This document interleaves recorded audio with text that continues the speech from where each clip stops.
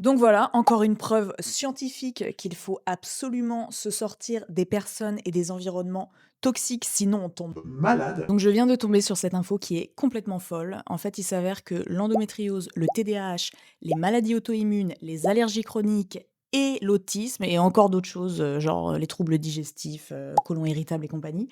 En fait, tout ça aurait un point commun. Cette chose, les mastocytes, ce sont des cellules du système immunitaire qui, à la base, sont censées nous protéger en nous prévenant lorsqu'il y a, une anomalie, donc un virus, une bactérie et cetera. Quand elles détectent qu'il y a un problème, elles libèrent une substance pour prévenir le reste du corps qu'il y a un problème. Le truc, c'est que chez certaines personnes, ces mastocytes sont trop sensibles et donc elles vont déclencher une alerte comme quoi il y a un problème dans le corps pour presque rien et donc finir par créer des maladies ou des états plus graves. Et en fait, les chercheurs ont remarqué que ces maladies et ces conditions, donc l'endométriose, et cetera, qui semblent isolées, qui semblent très différentes vues comme ça, en réalité, elles ont un point commun, c'est qu'elles sont présentes chez des personnes qui ont des mastocytes plus sensibles que la moyenne ou surréactives. Le lien avec les personnes et les environnements toxiques étant que quand on évolue dans un environnement stressant, dans l'insécurité, qu'on connaît des traumatismes, dans un environnement imprévisible, eh bien, on devient hyper vigilant, notre système nerveux n'est pas régulé.